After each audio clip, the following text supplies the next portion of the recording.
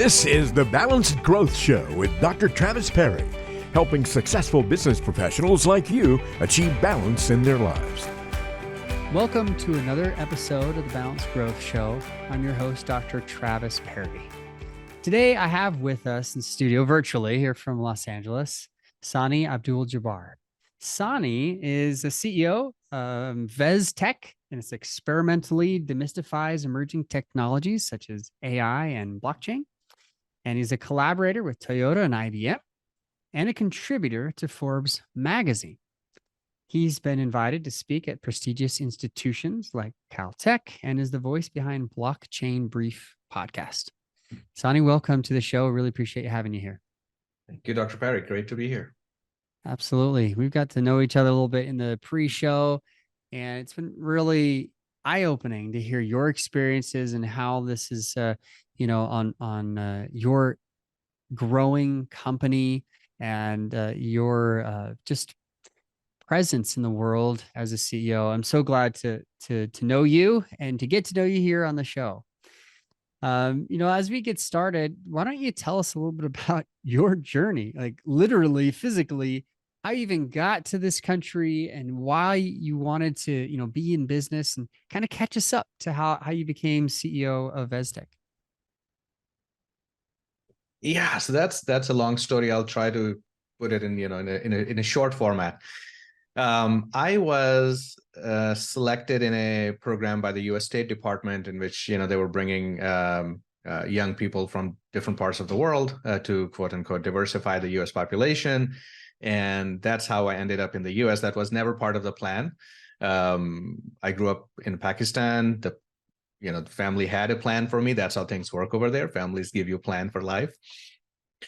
I came to the US in 1998 for the first time when I was still a student in Pakistan studying business in the capital city, Islamabad. Came here for the summer break, and I just felt more at home here versus over there in terms of what I had studied in the business world. And interestingly, what they were teaching us in the business school, all those books were US books. Philip Kotler and Peter Drucker, like all the management and business gurus in the US.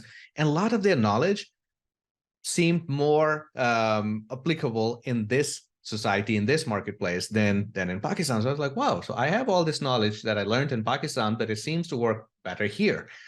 So that was my sort of first introduction to the US. After moving to the US, then I went through business school again, started working in the corporate world, and here's the story of origin. In the corporate world, one of my first jobs was process optimization. That is really, it's a fancier term for jobs elimination in a way, in many cases. I was a single guy, traveling here and there, working with large companies and streamlining their processes. In the middle of all that, I visited my grandmother at one point, and she asked me, what do you do for work? So I think I said something along the lines that, I help companies do things better, and when I train their people to do that, each of their employee can do the job of 3 people. And she, without skipping, without skipping a moment, she's like, so what happens to the other 2 people when one person can do the job of 3 people? I said, well, they'll let go. And she said, so you take away people's bread and butter. That's your job. Oh, man. I was like, wow, gut punch. Love you too. That was the pivotal moment for me when, so I came back from the vacation and went back to work. But that statement stuck with me, and I was looking for something that would do the opposite, not take away jobs, but create economic opportunities. And that's how the idea of VezTek came along, because I was always interested in tech. I was working in the tech world, technology companies. And so that was the world that I knew. So 2007, or a year before that, I started this as a side project. US was still coming out of that dot-com bubble burst era, and there was still a need for, so we did all kinds of general IT consulting type work, from as simple as, a lot of that was outsourcing, as a matter of fact, as simple as building websites to ERPs, and then it kind of kept growing. The idea that I had was two things. One, we always going to be a company that puts creating economic opportunities first. We're not going to take on any project that doesn't have that component of creating economic opportunities in it. And the second idea was we're always going to be an emerging tech company. The definition of emerging tech, it changes frequently. In the past, it used to be 3 to 5 years. In the post-COVID era, it's 2 years. So the idea was whatever is emerging at the time, we're going to provide that. In the past, it was ERP systems. Then there were mobile apps. We built lots of mobile apps. There was time for mobile games. We built quite a few mobile games, some very successful ones.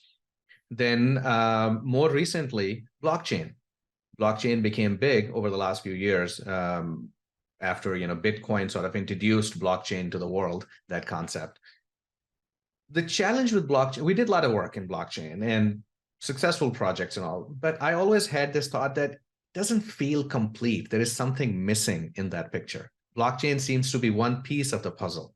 I believed in that technology. I still believe in the technology. And then when AI became more mainstream with the launch of ChatGPT a few years ago, then it kind of completed the picture. So you collect data through sensors and people entering data and whatnot, then you store that data somewhere, that's your blockchain, then you process that data and come up with actionable insights from that data, that's your AI and machine learning models. So that kind of completed the picture, but that's how I kind of started and ended up here. Primarily, VezTek, my company, does two things. We provide experts and expertise. So, if Travis has a great idea, he wants to either start or scale his business, technologically speaking, we can work with you, and we can take that idea from the idea stage and take it all the way through development, implication, and support stages. So that's one model. The other model is, say you have a small IT team internally, but you don't have enough bandwidth or don't have enough skills or the right kind of skills. We can plug and play our people. And there's more to it from the pivoting and how the definition of emerging tech changes, but we'll go deeper into that. So far, good. Yeah.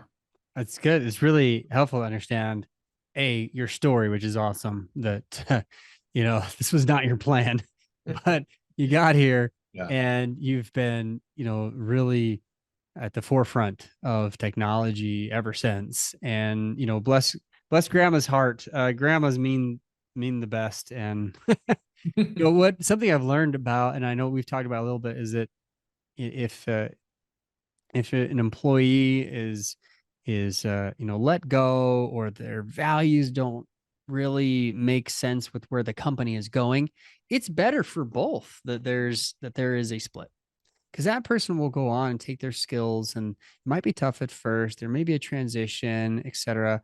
But I know from firsthand experience when that wasn't the best fit for me. Yeah. And there was other things involved, other players that help make things more productive, whatever the key might have been.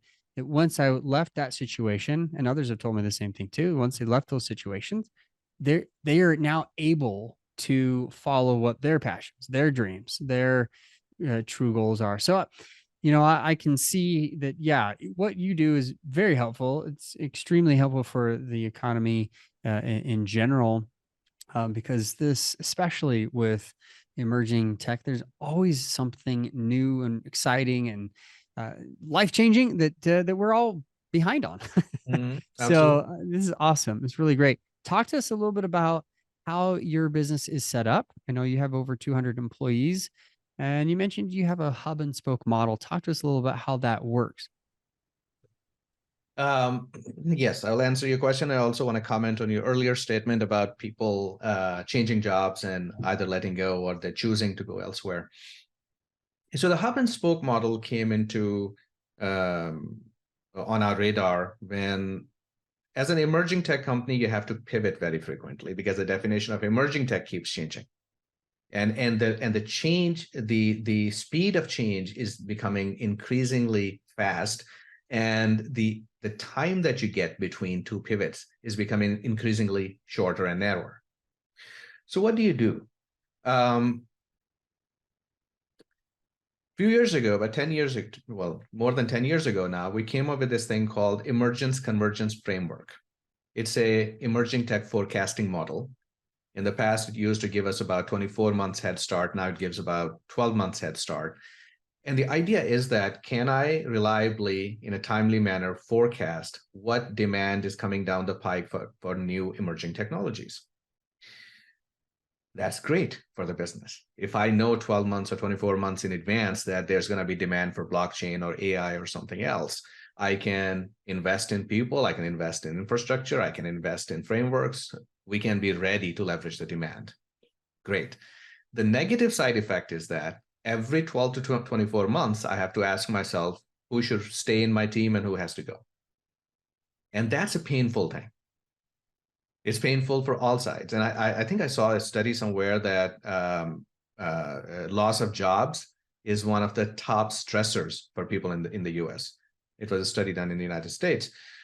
So breakups and loss of loved ones and job loss, like these were pretty much at the same level.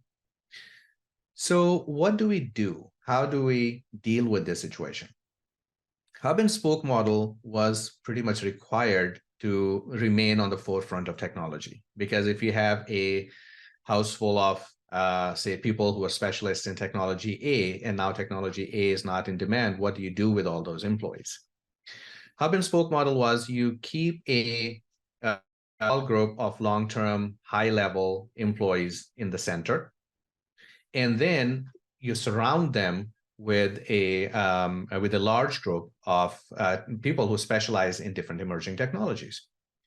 So if you come to me today and you say, I need people experts in X, we have people internally that we would look at. Then we have pre-screened, pre-oriented people. That's the outer circle. And then we go to the market in general, market at large, and see who is available. For emerging technologies, there's always more hype. And there are fewer people who actually are skilled in those technologies because it's just so new. People haven't had enough time to train and have enough experience. So you have to quickly, someone called it a revolving door model, kind of like, those old style doors where so it's like, you bring people in, you see if they fit or not, you quickly take them out if they don't fit. It's fair to both sides. It's nice to both sides. To your point, if a person doesn't fit in a role, then it's unfair to them as well to force them to stay in that role. So the transition, how do you deal with the transition? If you look at it as, if you have to let me go, if you look at it as a favor, you're giving me a favor. You're enabling me to go towards where I'm a better fit, where I can do, where I can really shine in that environment and thrive in that environment. That's a favor to give somebody. But it has to come from that place of thinking for other people and not just, well, I got to take you in, get you out, whoever fits perfectly, and not using people like disposable plug and play gadgets, but treating them like humans. I actually became a business person because I was laid off a few times in my early career. And I remember how painful it was. I don't want to do that to other people. And that's why when we have to pivot, which is rapid, the very first thing is we try to retool people, reskill people, retrain people. Some people choose to acquire new skills, so they remain relevant in the new paradigm with the new emerging tech. Some people, they want to stick with the older technologies where they're comfortable, and that's fine too. But then I have to help them go towards environments where they'll be a better fit and they'll be able to shine. We actually have a process in place. We work with outside placement firms and recruitment firms. And whenever we have to let somebody go, we actually work with those outside firms to help these people find their next opportunities. My colleague, Michelle Burns, she handles all the recruitment and finding people and placing people, and wonderful. This lady actually helped me find one of my first jobs many years ago.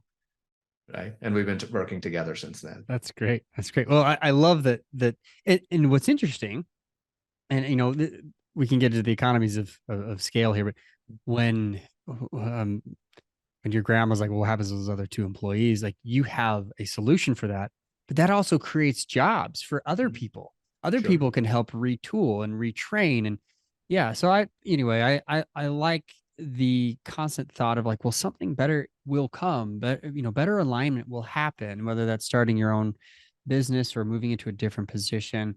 So you've got a lot of flex, like you've got a lot um, of movement here, moving parts in this large firm. So as a CEO of this firm, why is balance so important to you to lead out? It's important because, well, the question that we have to ask ourselves, do we want to go fast or far? If I want to go fast, then yes, I can ignore balance for a short time, but it's not sustainable. It's a sprint. So when we're going to, so in the tech world, we use the word sprint quite often. It's like, when we're getting close to launch of a new product, it's like we are on a sprint, we are running. Then you forget about balance, you forget about 9 to 5, you forget about everything. You're just focused at that one goal. But that's a sprint. That's not a marathon. It's not sustainable. You can't do it over a longer period of time. Last year, we had a situation where we were running behind on a major project. So we asked our people to help us out, and they did. They were working through late evenings and nights and weekends and all that. And 2 weeks, 3 weeks later, I was in a meeting with my leadership team, and I said, this is not sustainable. So what do we do now? And luckily, at that point, we were getting very close to the point where we could actually launch and be more at ease. And we did that. And then we sent the whole team, or at least majority of it, we sent it on vacation. We said, go take time off, go up, up in the mountains and spend some time there. And when you come back, don't take your laptops with you for sure. And then we kept only, I think, few people behind. And then when the first team came back, then we sent the people who were left behind, then we sent them on vacation. Because these people are a whole lot more valuable for me with their sanity intact versus the other option.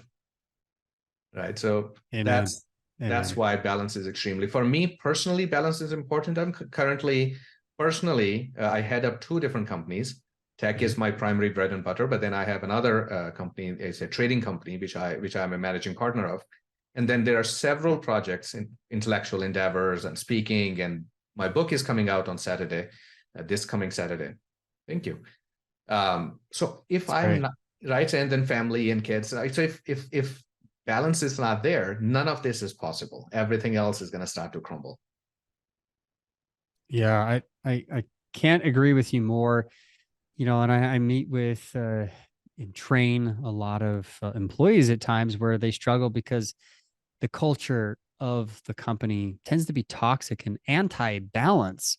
And so, a lot of what I do is trying to talk to CEOs and business owners about what balance really is, and that it's not equilibrium. It's not this perfection that you have to obtain, but that it's keeping those highest things, in your life, those priorities, giving that enough time, really making time for those things in your life.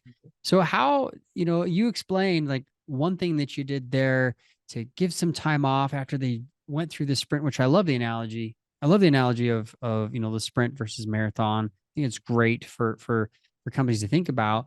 But how else have you helped your employees and the culture to really have a culture of balance?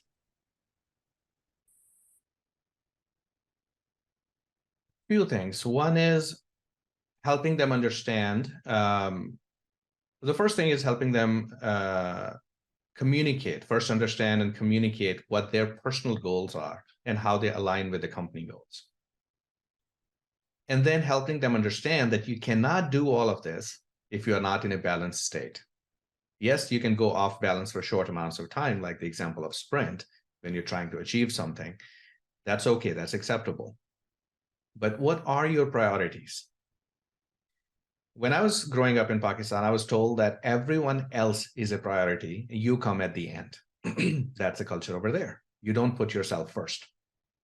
And then later in my life, I learned a somewhat controversial way of looking at things, but I have come to realize it's true. And that is, when it comes to prioritization, you are first, on top, before anything else.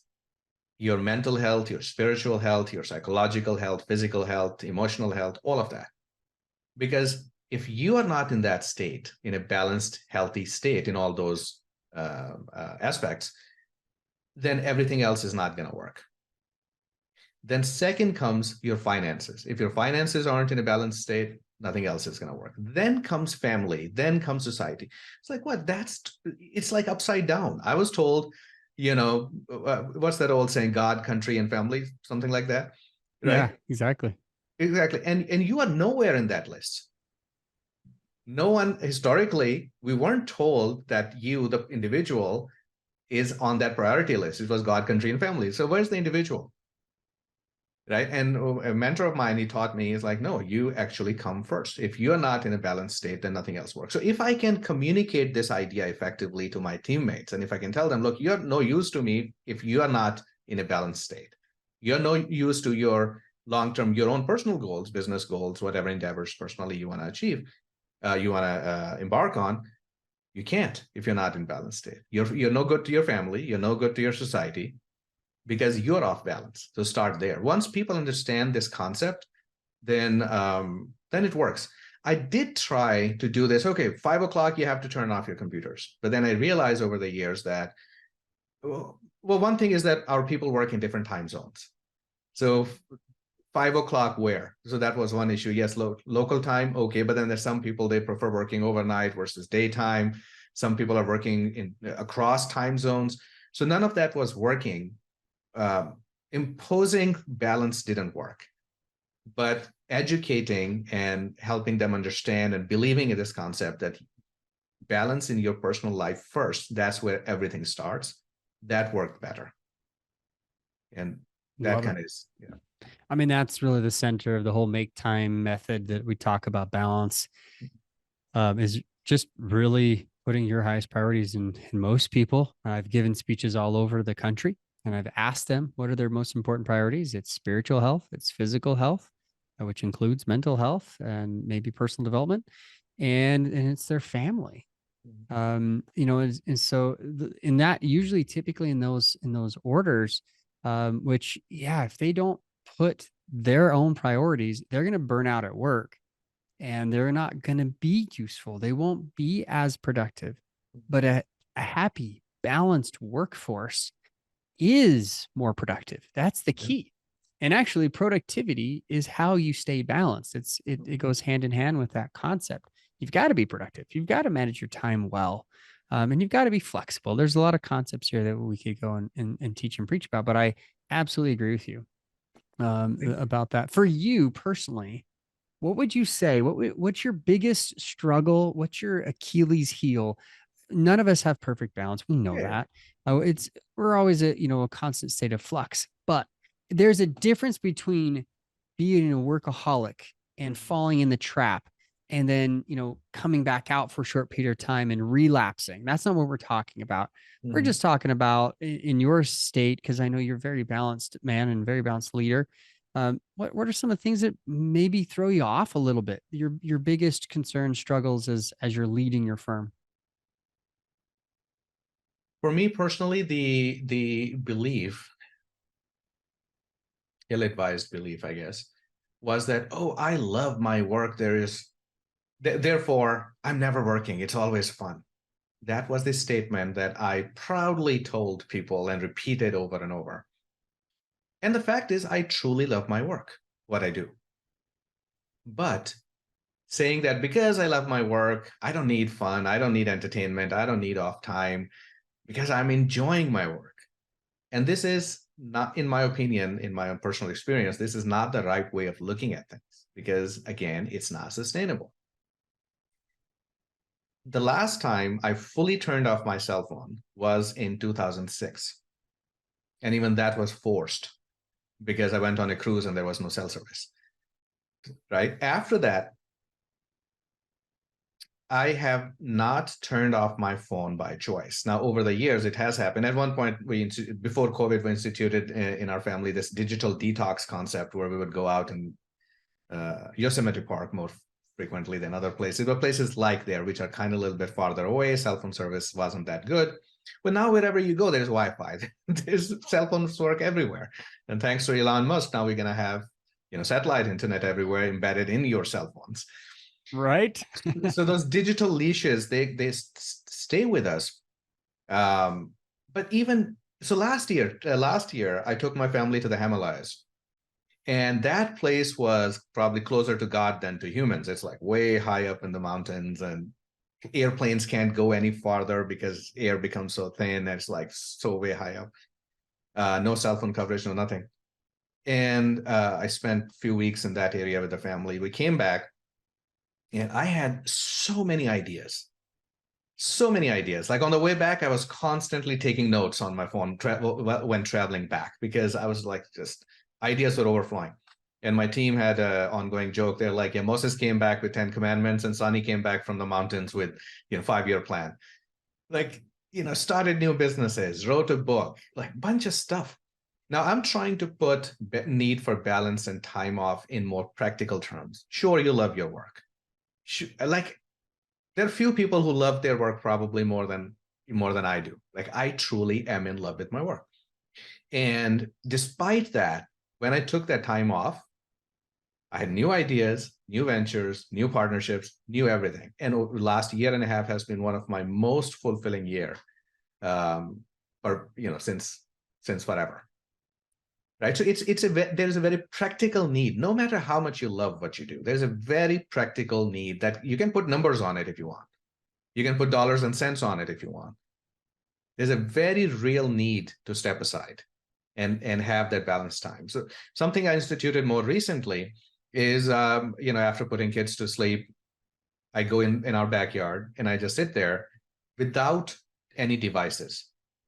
I would have pen and paper next to me if I want to take a note or something. But there's a difference. In pen and paper means you just write down, but if you have phone in your hand, it's like a rabbit hole. You open one thing and 50 other things open up and you keep going. That has added so much value. Does it mean I'm sitting in the backyard wasting my time? Am I being lazy? Am I just, not using my time effectively? No, that what happens during that 30 minutes actually sets the tone for the rest of my week. And I come back with more mindfulness, more clarity in terms of what I want to achieve. These are just different ways to get to. I don't think there's any disagreement over need for balance. Yeah. But I think there is a lot of misunderstanding over how do you achieve that balance? How do you get there? 100%. And it's a constant battle because culture, used to say balance is equilibrium, and people fought against that. And true balance isn't. True balance is exactly what you're talking about. Taking care of your highest priorities, knowing what's most important in your life, knowing the boundaries for work. And I love what you're talking about here about getting out and leaving the workspace. Most of the time when I get awesome ideas, it's because I'm not in the office, because I'm sometimes too close to the trees to see the forest. I don't understand the big picture until I'm away and can have the space to come up with some of the best ideas I've ever had.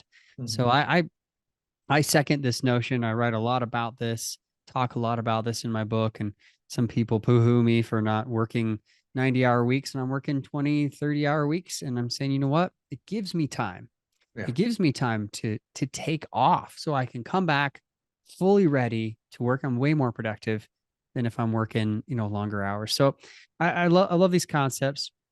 And I really do appreciate you, Sani, for being here today, for sharing with us the wisdom that you've learned, the experience that you've had with an absolutely unique business and model for such a large, operation to really come off, and for people to stay and be with you. They need this balance, and you truly are a balanced leader. So thank you for being on the show. Thank you for your expertise, and we really appreciate your time. If there's anything you'd like to leave the listeners with, any piece of advice, business owners, CEOs out there who are struggling with this, please, what would you say to them? Well, two things. One, regardless, whichever virtue we're talking about, balance or anything else, it all starts from values.